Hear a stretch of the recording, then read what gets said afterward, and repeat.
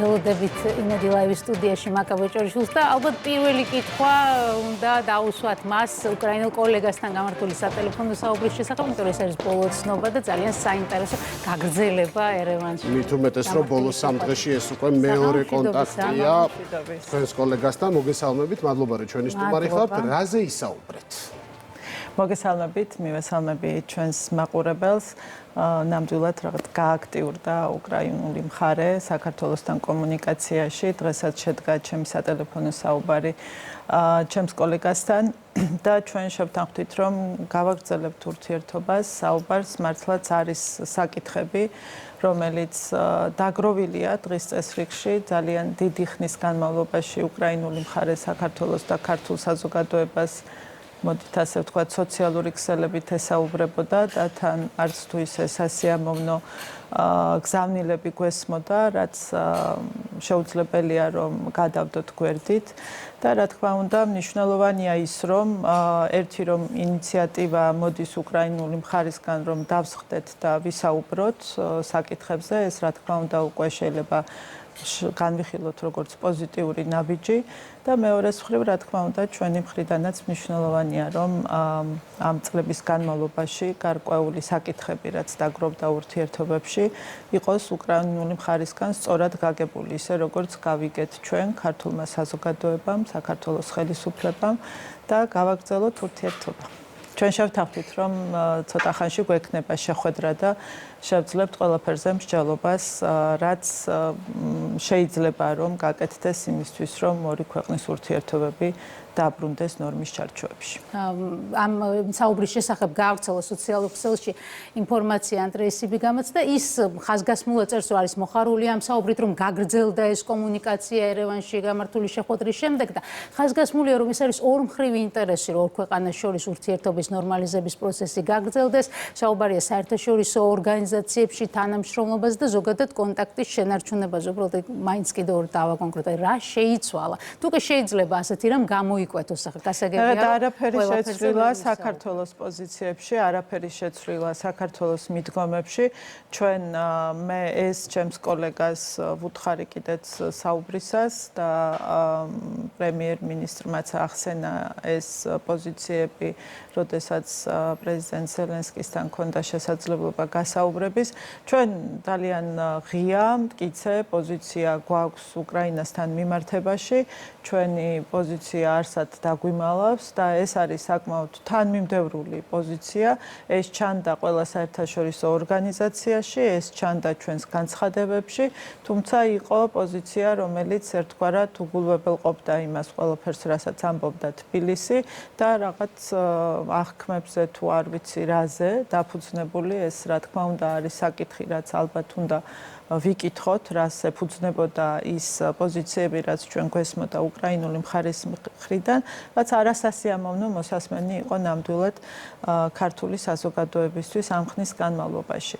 მაგრამ კიდევ ერთხელ, რადგან არის ეს სურვილი უკრაინული მხარის მხრიდან, ეს მხოლოდ და მხოლოდ მისასალმებელია და ის პოზიტიური განწყობა თუ მოლოდინი, რომელიც უკავშირდება ურთიერთობის ნორმალიზებას, რა თქმა უნდა, ის არის რასაც ჩვენ ვიღებთ, ამიტომაც შედგა ეს კომუნიკაციაც და სატელეფონო საუბარიც, რომ ცადოთ, რა თქმა უნდა, ის რომ პატივისცემაზე დაფუძნებული ურთიერთობები ძალიან მნიშვნელოვანი ნაბიჯებია, მით უმეტეს ქართველი მაყურებელი ადევნებდა თვალყურს მთელი ამ წლების განმავლობაში, როგორ ვითარდებოდა ეს მოვლენები და ჩვენ რა შეფასებები და ნაბიჯები ჰქონდა უკრაინის მხრიდან. თუმცა თქვენ ზელენსკისთან შეხვედრაც ახსენეთ, გასაგებია რომ ეს შეხვედრის ნაწილი არის დახურული, მაგრამ საინტერესოა რით დაიწყო ეს საუბარი, როგორც ვიცით, უკრაინული მხარის ინიციატივით მოხდა. დიახ, ამ შემთხვევაში უკრაინული მხარის ინიციატივით იყო ეს შეხვედრაც, ჯერ საგარეო საქმეთა მინისტრებს შორის შედგა გასაუბრება, შემდგომ უკვე მაღალ დონეზე იყო გასაუბრების შესაძლებლობა. სურვილი, რომ ურთიერთობებში გადაიდგას გარკვეული ნაბიჯები. ეს არის პირველ რიგში ის, რაც გავიგეთ და რასაც ემსახურებოდა ეს კომუნიკაცია. დანარჩენი უნდა ნახოთ დრო გვაჩვენებს, როგორ განვითარდება. პირველ რიგში, რა თქმა უნდა, ჩვენთვის ძალიან მნიშვნელოვანია, რომ ეს ურთიერთობები რაც ჩვენ სამწუხაროდ ვერ ვიხილეთ, რომ ვერ დავარქმევთ იმას, რომ დაფუძნებული იყო ურთიერთპატივისცემაზე, ჩვენ გაცხადებულიც ჰქონდა, რომ გარკვეულწილად ცალმხრივი მეგობრობის ასე ვთქვათ მდგომარეობაში ვრჩებოდით უკრაინასთან და ცალმხრივი ფაქტურად მხარდაჭერის რეჟიმში, ჩვენ ეს არასდროს შეგვიწყვეტია და რა თქმა უნდა მნიშვნელოვანია, რომ ეს ურთიერთობები იქცეს ორმხრივი პატივისცემის დაეფუძნოს ორმხრივად პატივისცემას და ასე გაგრძელდეს. ეს რა თქმა უნდა ჩვენი სურვილიც არის, ჩვენ არასდროს გვისურვია არც ერთ მეგობარ სახელმწიფოსთან და ხალხთან სხვაგვარი ურთიერთობა და თუ კი ესეთი სურვილი იქნება მეორე მხრიდანაც და შესაბამისი ნაბიჯებიც გადაიტკმევა, რა თქმა უნდა, მხოლოდ და მხოლოდ მოხარული ვიქნებით. ახლა შევეხოთ თავად ერევანში გამართულ სამიტს, სადაც აქცენტი იყო დაკავშირებადობაზე გაკეთებული და ეს ის საკითხია, სადაც საქართველოს თავისი ინტერესები აქვს და საქართველოს წარმოადგენს პირველ რიგში ძალიან დიდ ინტერესს მთელი მსოფლიოსთვის, როდესაც თემა არის სწორედ დაკავშირებადობა. აი, რა პოზიციებით იყო წარმოდგენილი ჩვენი ქვეყანა იმ კრიტიკის ფონზე, რომელიც შიდა პოლიტიკურ ცხოვრებას მუდმივად ახასიათებს, რომ თითქოს ჩვენ კარგავთ ამ პერსპექტივას და შესაძლებლობებს. ხო, ეს ხა თითქოს ჩვენ კარგავთ პერსპექტივას და შესაძლებლობას, ეს მხოლოდ და მხოლოდ რა ვიცი, ისეთივე უსაფუძვლო ნარატივი და არასერიოზული ნარატივია, როგორიც ბევრი მოვისმინეთ ამ წლების განმავლობაში და ამიტომაც ვერასდროს ვერ იყო, ასე ვთქვათ, ამ ნარატივების ავტორები ვერ იყვნენ დამაჯერებლები, სწორედ იმიტომ, რომ ტყუილზე და აბსოლუტურად უსაფუძვლო თეორიებზე ამყარებენ თავის პოზიციებს. იგივეა ეს, მარტივია. გეოგრაფია, რუკა და მნიშვნელობა ქვეყნის, როდესაც დაკავშირებადობაზე ვსაუბრობთ, შავი ზღვის მნიშვნელობაზე ვსაუბრობთ, შეუძლებელია არ შეხედო ქვეყანას, რომელიც შავ ზღვას ესაზღვრება, რომელიც არის მთავარი დამაკავშირებელი ზღვასთან არაერთი ქვეყნის, მათ შორის სამხრეთ კავკასიის ქვეყნებისთვის, ანუ რეგიონშივე, ჩვენს პატარა რეგიონშიც არის ძალიან მნიშვნელოვანი მოთამაშე და მნიშვნელოვანი ქვეყანა და აქედან გამომდინარე უკვე რეგიონის მნიშვნელობაც სწორედ ამიტომ არის უკვე გაზრდილი, როდესაც დაკავშირებადობაზე ვსაუბრობთ და ამის არ დანახვა წარმოუდგენელი და შეუძლებელია. ბუნებრივია ეს ყველამ კარგად იცის, ყველა კარგად ხედავს, უბრალოდ ეს გეოპოლიტიკური საჭიროება და გარდაუვალობა ამ საკითხის დღეს ისე დგას დღის წესრიგში, რომ ახლა ელოდნენ თუ არ ელოდნენ, თვლიდნენ თუ არ თვლიდნენ, ეს მეორე საკითხია, ვინ რატომ ვერ დათვალა, რომ ეს დღე შეიძლება ძალიან მალე დამდგარიყო, როდესაც საქართველოს გვერდს უბრალოდ ვეღარ აუვლი და ვერ დახუჭავ თვალს საქართველოს არსებობაზე. ეს არის სწორედ ეს მომენტი და სწორედ ამის დემონსტრირება მოხდა სწორედ ერევანშიც, როდესაც დაკავშირებადობაზე საუბრობს ევროკავშირის წევრი ქვეყნები, მათ შორის ნახეთ თქვენ ევროკომისიის პრეზიდენტი თავად იღებდა მონაწილეობას დაკავშირებადობის შესახებ დისკუსიებში. იქ რა თქმა უნდა საქართველოს ხმა და საქართველოს პოზიციები ძალიან მნიშვნელოვანია. ჩვენთვის ეს ნიშნავს იმას, რომ რა თქმა უნდა რაც შეიძლება მეტი თანამშრომლობა განვავითაროთ რეგიონის ქვეყნებთან, პირველ რიგში უშუალო მეზობლებთან, ვინაიდან მათ გარეშეც რა თქმა უნდა ჩვენთვისაც შეუძლებელია ამ ფუნქციის შესრულება. ცოტა ხნის წინ საქართველოში იმყოფებოდა აზერბაიჯანის პრეზიდენტი, ეს ჩვენთვის მნიშვნელოვანია გამომდინარე იქიდან, რომ აზერბაიჯანი საქართველოსთვის სტრატეგიულად მნიშვნელოვანი პარტნიორია, რა თქმა უნდა ჩვენ ასევე შეხვედრა გქონდა თურქეთის ვიცე-პრემიერთან ერევანში.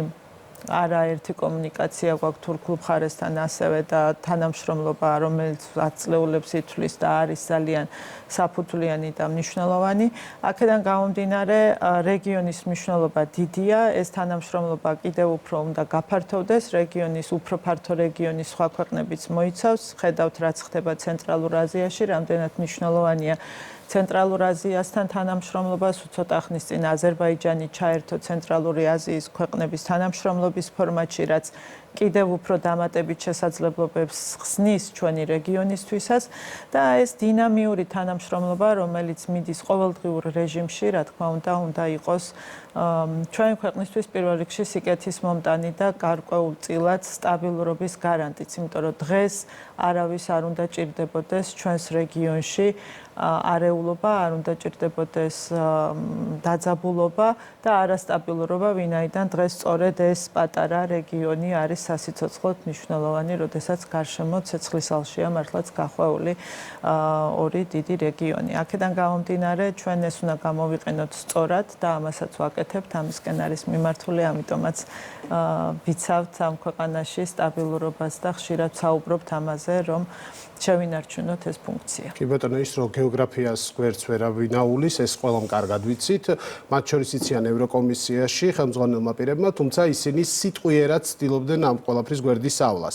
თქვენ ახსენეთ შეხვედრა ზუსტად მაშინ, როდესაც ირაკლი კობახიძე და ურსულა ფონ დერ ლაიენი ისხდნენ პირისპირ და ირაკლი კობახიძე იქ საუბრობდა იმაზე, რომ როგორ აკავშირებს 7 ქვეყანას საქართველოს. საინტერესოა თუ იყო ამის შემდეგ რაიმე კომუნიკაცია ან ჩვენ ნახავთ თუ არა რაღაცნაირად შეცვლილ რიტორიკას, რასაც აქამდე ვისმენდით.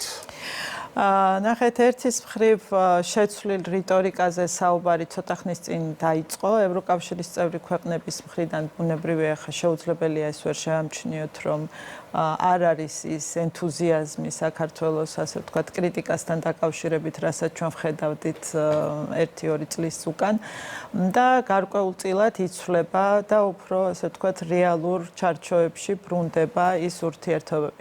თუმცა მეორეს მხრივ ვხედავთ გუშინ იყო ევროპარლამენტის საგარეო კომიტეტის ხდომაზე საქართველოს შესახებ მორიგი ანგარიში, რომელიც ისევ და ისევ არის სრულიად აბსურდული დოკუმენტი. და როგორ გავიგოთ ასეთი გზავნილები ბრიუსელიდან საქართველოს საზოგადოებამ კი კარგად იმეცადინა ამასობაში ევროკავშირის ინსტიტუტებში და ევროკავშირის ასე ვთქვათ სტრუქტურაში ერთის მხრივ ვისაუბროთ ურთიერთობებზე, რომელიც ჭირდება სასიცოცხლოდ ევროპას, ევროკავშირს, ბრიუსელს და მეორეს მხრივ ჩვენ ვუყუროთ ევროკავშირის ერთ-ერთი ინსტიტუტის ასეთ დამოკიდებულებას, რომელსაც ახლა შიგნით ძალიან ხშირად იხსენიებენ ხოლმე, ეს არ არის ისეთი მნიშვნელოვანი. მეორეს მხრივ იგივე ევროპარლამენტის პრეზიდენტი შეგვახსენებს, რომ ეს ხალხის არჩეული დემოკრატიული ინსტიტუტია და მნიშვნელოვანია ეს.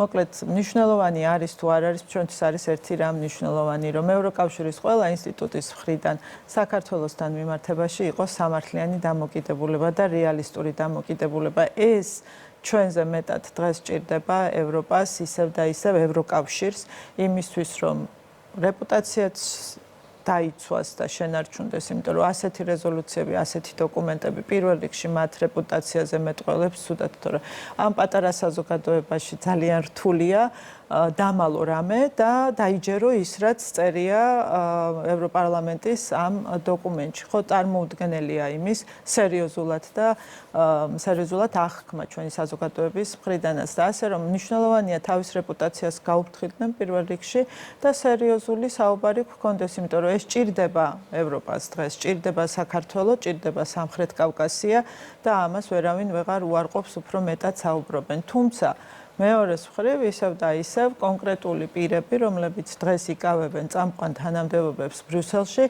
მაქსიმალურად ცდილობენ ისაუბრონ ისე, რომ არ ახსენონ საქართველოს, ჩაატარონ შეხვედრები ისე, მათ შორის დაკავშირებადობაზე, რომ იქ არ ყავდეთ საქართველოს და უნდათ, რომ ამავდროულად სერიოზულად გამოიყურებოდნენ და წარმოუდგენელია ეს ორი ერთმანეთთან აბსოლუტურად შეუთავსებელი რამ არის ისაუბრო დაკავშირებადობაზე და იქ არ ყავდეს საქართველოს და არ ესაუბრო მას. ჩვენ გვაქვს კითხვები დღესვიერ ნახსენებ ანგარიშთან დაკავშირებით, განსაკუთრებით ჩვენი და სხვა ტელეკომპანიების სანქციების მოთხოვნის თაობაზე, მაგრამ მანამდე კიდევ ერთი კითხვა ის სწორედ ერევანში არსებული განწყობების და გამოხმაურების შესახებ. ეს არის ძალიან არასასიაოვნო მცდელობა, რომ რეგიონში, სამხრეთ კავკასიაში ევროკავშირში ქვეყნებს შორის გააჩინონ ერთგვარი კონკურენცია თუ რაღაცა ქიშპობა ის რომ თითქოს აქ საქართველო იყო ამიერკავკასიის დედაქალაქი და ეს პოზიციები დაკარგულია და ახლა ერევანი იღებს ამისიას საკუთარ თავზე რომ რაღაც ტიპის დაპირისპირება შეიძლება არსებობდეს ჩვენ შორის.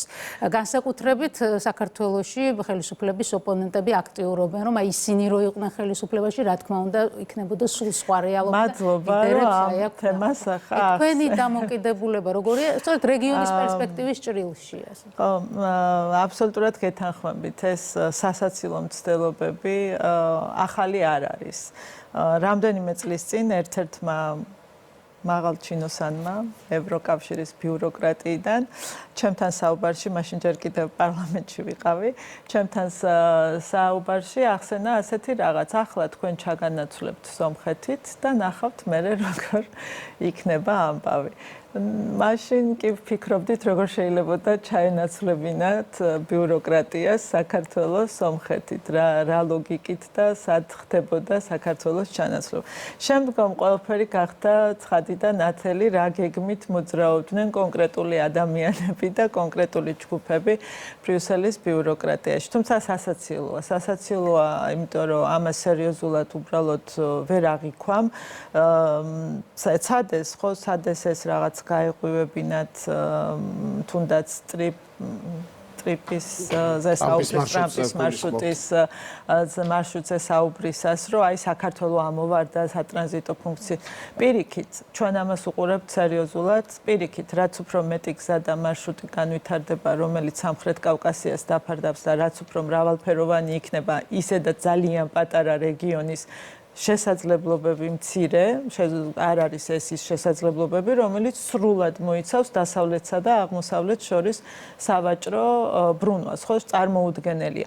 ისედაც ძალიან ბევრია და შესაბამისად ჩვენ არც საეჭვიანო გვაქვს რამე, არც სანერვიულო გვაქვს რამე, რომ საქართველოს დაკარგავს უკვე ამ არსებულ ფუნქციას. ეს ერთი. მეორეს მხრივ არსებობს არსებული მარშრუტები, არსებობს რა თქმა უნდა, რაზედაც მომავალში უნდა ვისაუბროთ და შესაძლებელია დამატებითი ღირებულება შესწინოს ჩვენს რეგიონს, მაგრამ არსებულს შევხედოთ, ხო წარმოუდგენელია 10 წლეულების მანძილზე ნაშენები გზები, რომელიც ევროპაში მიდის, რომელსაც ევროპაში მიაქვს ენერგორესურსები, რაც დღეს სასიცოცხლოდ მნიშვნელოვანია, ამან დაკარგოს დღეს მნიშვნელობა. ხო, ახლა ამაზე სერიოზულად კომენტარის გაკეთება და მტკიცებაც კი უბრალოდ არასერიოზულია. თუმცა მცდელობები არის, ამას მხოლოდ ღიმილით შეიძლება შეხედო, არა მხოლოდ გზების და მარშრუტების ხედავთ ევროინტეგრაციის პროცესში და ცდილობენ გარკვეული კონკურენციის გაჩენას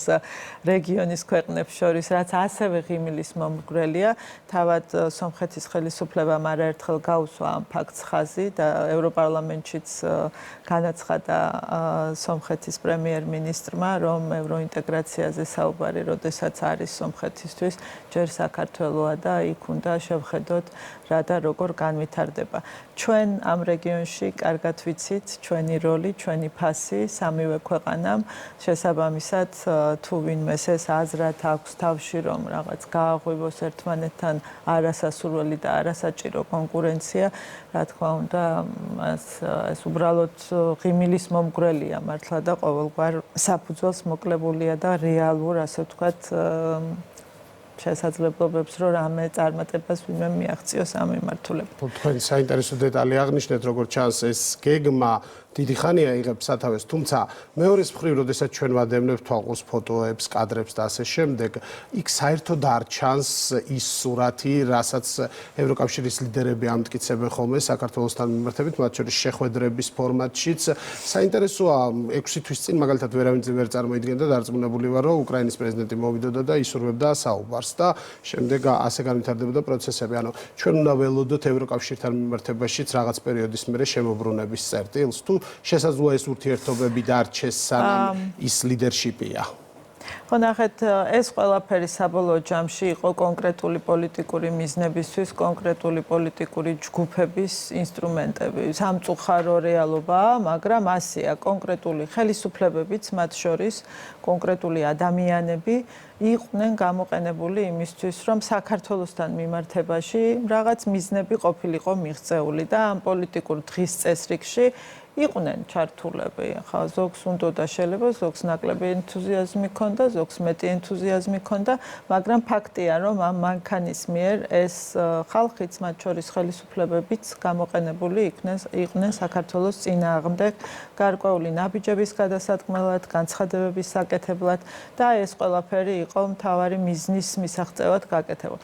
ეს რამდენად აქტუალურია დღეს და რამდენად საჭიროა ისევ ამ დღის წესრიგით ურთიერთობა საქართველოსთან. აქ მთავარი კითხვა არის ეს.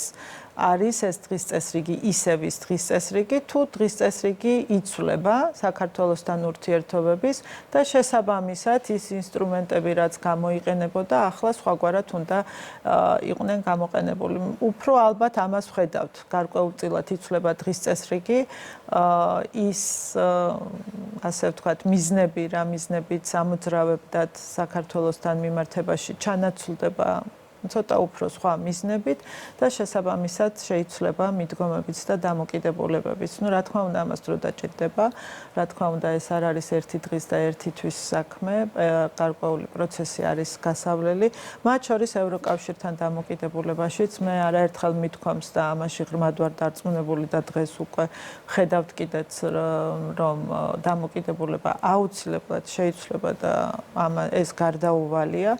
გაჩნდება ჩანაცვლება სხვა დღის წესრიგით. ხა და ნახოთ.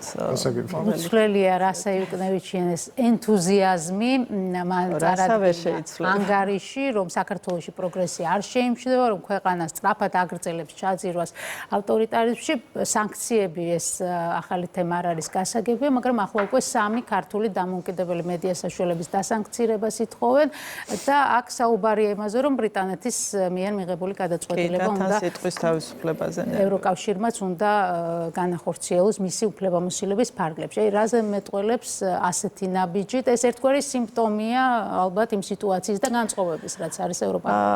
ქალბატონ რასაც და ესეც არ არის ახლა ერთი კონკრეტული პიროვნება და მისი, ასე ვთქვათ, დღე და ღამის საფიქრალი, რა თქმა უნდა, საქართველოს ესეც გარკვეული, ასე ვთქვათ, დღის წესრიგის ნაწილია მისი ქმედებები. მიზანი იყო აქ ერთი, ეს ხელისუფლება უნდა ჩანაცვლებულიყო, როგორც არ უნდა ყოფილიყო, რაიმე გზით უნდა მომხდარიყო ამ ხელისუფლების ჩანაცვლება. ეს ხელისუფლება ვერ ჩანაცვლეს, ვერც ბრიუსელში საარჩევნო კამპანიების წარმოებით, ვერც ვაშინგტონში, ვერც ვერსად, ვერც სხვა დედაქალაქებში.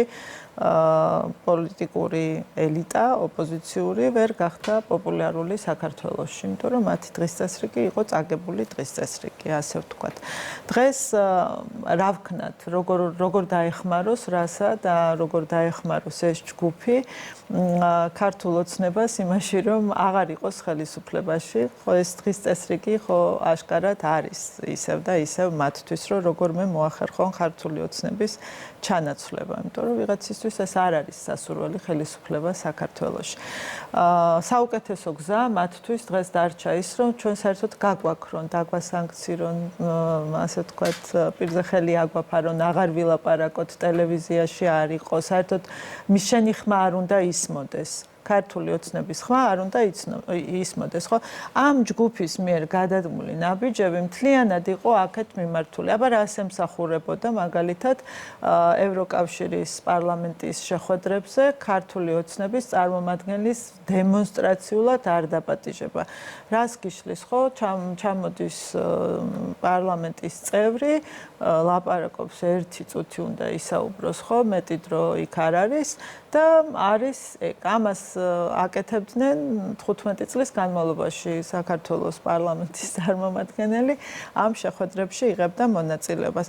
არ უნდა თქვა, იმიტომ რომ არავინ არ უნდა გაიგოს შენი ხმა, შენი პოზიცია, მარტო უნდა იყოს ერთი ნარატივი, ერთი პროპაგანდა, მოდით დავარქვათ ყველაფერს თავის სახელი, სადაც, იმიტომ რომ ჩვენ რო ვილაპარაკ ქართული ოცნების წარმომადგენელი რო დადგება და მაგალითად რუსეთ-უკრაინის ომზე რო იტყვის იმას, რასაც ვამბობთ, რომ იტყვის, რომ ხარს უჭერს უკრაინის ტერიტორიულ მთლიანობას, ეს ხო შეარყევს მაშინ იმ ნარატივს, რა ნარატივზედაც თქვათ ისინი იკვებებიან და ცდილობენ, რომ ის საზოგადოება გამოყვებო. ქართული ოცნების პარლამენტის წევრი რომ სადღაც ჩავადა, კიდევ ერთხელ შეახსენებს, რომ იცით რა, ჩვენი ტერიტორიების 20% ოკუპირებულია რუსეთის მიერ. ჩემთან დგას ჩემს ქვეყანაში რუსული ჯარი. ამას რომ შეახსენებს კიდევ ერთხელ, მე იმ ნარატივს რა უყონ, რომ ქართული ოცნება რუსული ხელისუფლებაა და საქართველოს რუსული ხელისუფლება აქვს. ამიტომ უმჯობესია, რომ საერთოდ არ დაგსვან მაგიდასთან, არ იყო იქ და შენი ხმა არ ისმოდეს. ასევე პრობლემურია ის ხმა, რა ხმაც ისმის საქართველოში არის მედიის პლურალიზმი, ხო, რომელიც შენ გემოვნებაში ჩაჭდება, იმ ტელევიზიას უყურე, თუ გინდა მოისმინო ეს ინფორმაცია, უსმინე ამ ინფორმაციას. ამის შესაძლებლობა გაქვთ და თქვენ ხართ პრობლემა, იმიტომ რომ თქვენი ტელევიზიიდან ისმის ის პოზიციები, რომელი პოზიციებიც მათთვის არ არის სასურველი რომ გაიგონ. ისმის, აი მე თქვი ევროკავშირის ელჩთანაც შეხვედრაზე. ტელეიმედი, სადაც მე მივდივარ და ინტერვიუს მე ვსაუბრობ, ეს არის ჩემი პოზიციები, ხო? ვერავინ ვერ დააბრალებს ტელეიმედს, რომ ეს თქვა, ხო, მე ვამბობ ამას, ეს არის ხო პრობლემა თქვენთვის, ესე იგი, ჩემი პოზიცია გაჟღერებული სრულად, რომელიც არ მოჭერით, არ ამოჭერით და არ მიაწებეთ რაღაცეები.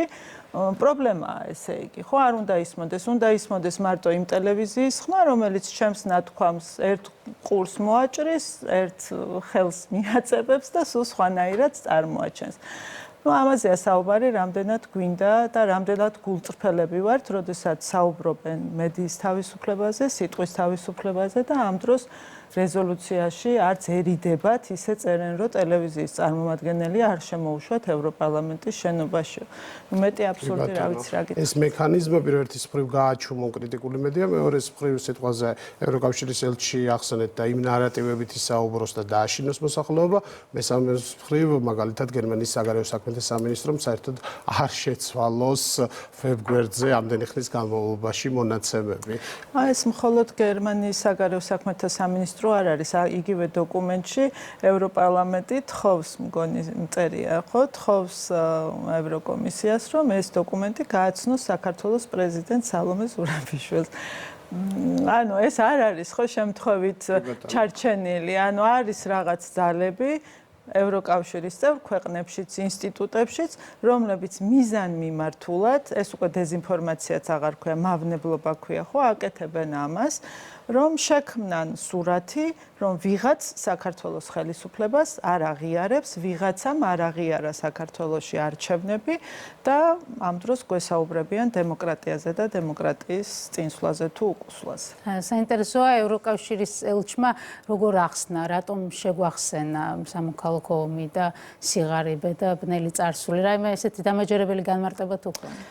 დამაჯერებელი განმარტება როგორ უნდა გააკეთო ამ განცხადებასთან დაკავშირებით, ახლა აქ კონტექსტებზე საუბარი ზედმეტია, როგორც არ უნდა აჩვენო, რომელმა მედიამაც არ უნდა აჩვენოს ეს განცხადება, ჩვენთვის ძალიან მძიმე მოსასმენი იყო იმ საზოგადოებისთვის, რომელმაც გამოიარა ძალიან ბევრი ტკივილი და ძალიან ბევრი ცუდი რამ, მათ შორის გარე ძალების მიერ ჩვენი საზოგადოების ერთმანეთთან დაპირისპირება ამ ქვეყანას გავლილი აქვს. ამიტომაც ვართ ძალიან ფრთხილი საგარეო ჩარევებზე, ამიტომაც არ მოგწონს ჩვენს ქვეყანაში, როდესაც ვიღაც ახალისებს რადიკალიზმს, გველაპარაკება პოლარიზაციაზე და თესავს პოლარიზაციას, აღვევებს პოლარიზაციას ჩვენ საზოგადოებაში. ჩვენ ამ საკითხების მიმართ განსაკუთრებით სენსიტიურები ვართ, იმიტომ რომ გვაქვს ჩვენ მძიმე გამოცდილება. ჩვენ ვნახეთ, რას ნიშნავს ერთმანეთთან დაპირისპირებული საზოგადოება, ჩვენ გამოვიარეთ ეს ყველაფერი, ჩვენ ამის შეხსენება არ გვინდა, გვახსოვს ძალიან კარგად, გავიზარდეთ, ცოტა ვისწავლეთ ჩვენივე შეცდომებზეც შეიძლება და ჩვენ აღარ გვინდა, არ გვსურს ვინმე ისაუბროს ჩვენს ქვეყანაში დაპირისპირებულ საზოგადოებაზე და შეგვახსენოს ის წლები, რომელიც წლებიც არც თუ ისე კარგად აისახა ჩვენი ქვეყნის მომავალზე და ძალიან ბევრი დრო დავკარგეთ, მაშინ როდესაც სხვა ქვეყნები ევროკავშირში გაწევრიანებისთვის ემზადებოდნენ, ჩვენ სრულიად დანგრეულ და დაშლილ ქვეყანაში ცხოვრობდით და ამის სურვილი ნამდვილად არ გვაქვს, არ გვინდა რომ ჩვენმა შვილებმა იგივე გაიარონ და სწორედ ეს რომ არ მოხდეს, ამიტომაც ვუფრთხით მომეტებულ უცხოურ გავლენებს ჩვენს ქვეყანაში და უცხოურ ინტერესებს ქართულ პოლიტიკაში. კი ბატონო, ერთი საკითხიც გვინდა მიმოიხილოთ, ეს ეხება შეერთებულ შტატებთან ურთიერთობას. დადგა მაისი, რა ხდება? მაისი დადგა ველით ამერიკის შეერთებული შტატებიდან დელეგაციებს. ამ კვირაში ჩვენ გვექნება სახელმწიფო დეპარტამენტის წარმომადგენლის ვიზიტი ხვალდაზეგ. ჩვენ გვექნება შესაძლებლობა რომ კიდევ ერთხელ შევეხოთ საქართველოსა და ამერიკის შეერთებული შტატების ურთიერთობებს, სად ვართ, სად ვდგავართ და რა არის ასე ვთქვათ ჩვენი სამომავლო გეგმები. მაისის მეორე ნახევარშიც იგეგმება კიდევ ერთი ვიზიტი, რომელიც კიდევ უფრო სიღრმეებში, ასე ვთქვათ, წავა და მეტად უფრო სიღრმეებში განვიხილავთ ორ ქვეყანას შორის ურთიერთობებს. ერთ სიტყვით გარკვეული დინამიკა არის და ნახოთ, მე იმედი მაქვს, რომ ჩვენი ურთიერთობები ბევრად უფრო შინაარსიანი და პოზიტიური იქნება, ვიდრე ბოლო წლების განმავლობაში ვიხილეთ ორ ქვეყანას შორის ურთიერთობები. დინამიკა ნამდვილად პოზიტიურია, თუმცა ჩვენ ვიცით, რომ გაცხადებული სურვილი არის სტრატეგიული პარტნიორობა თან სუფთა ფურცლიდან. ეს უკვე დიდი ხნის ახალი ადმინისტრაციის მოსვლის დღიდან პრაქტიკულად ეს არის ჩვენი პოზიცია საქართველოს ხელისუფლების. აი ეხლა რა მუშა პროცესიც მიმდინარეობს და ეს ნამდვილად მიმდინარეობს ჩვენ. ეს სწორედ აი ამ მიზნისკენ მიმართული სვლა არის თუ რაღაცა სხვა ეტაპია? ხო, ჩვენ ძალიან ცხადად ჩვენ არ დაგვიმალავს ჩვენი პოზიციები, ჩვენი დამოკიდებულება ამერიკის შეერთებულ შტატებთან, ვერავინ ვერ უარყოფს დღეს ამერიკის შეერთებული შტატების როლს ჩვენს რეგიონშიც და გლობალურად და რა თქმა უნდა სუბიექტური ინტერესი არის და არსებობს, რომ ამერიკის შეერთებულ შტატებთან ურთიერთობები იყოს კარგი. ჩვენ გვქონდა სტრატეგიული თანამშრომლობა ამერიკის შეერთებულ შტატებთან, რომელიც წინა ადმინისტრაციის მიერ იქნა შეჩერებული თუ გაუქმებული და რა თქმა უნდა ჩვენ გვაქვს ინტერესი რომ ჩვენი ურთიერთობები მოექცეს ჩარჩოებში, მოექცეს პოზიტიურ ჩარჩოებში და ეს იყოს ორივე ქვეყნის ინტერესების გათვალისწინებით. სწორედ ამიტომ მნიშვნელოვანია რომ ვისაუბროთ ჩვენს ინტერესებზე, რა ინტერესები აქვს საქართველოს, რა ინტერესები აქვს ამერიკის შეერთებულ შტატებს, სად ვხვდებით ერთმანეთს, სად არის გადაკვეთის წერტილები და რა არის ის ჩარჩოები, რა ჩარჩოებშიც ჩვენ შეგვიძლია ჩვენი სამომავლო თანამშრომლობა განვავითაროთ. ამას რა თქმა უნდა ჭირდება მუშაობა, ჭირდება ძალიან ბევრი გაცვლა პოზიციების და ძალიან სასიხარულოა რომ ამერიკის შეერთებული შტატების მხრიდან გარკვეული ნაბიჯები იდგმება იმისთვის რომ იყოს ამის შესაძლებლობა, იყოს ამ შეხვედრების შესაძლებლობა და ჩვენი პოზიციების გაცნობის შესაძლებლობა. დიდი მადლობა.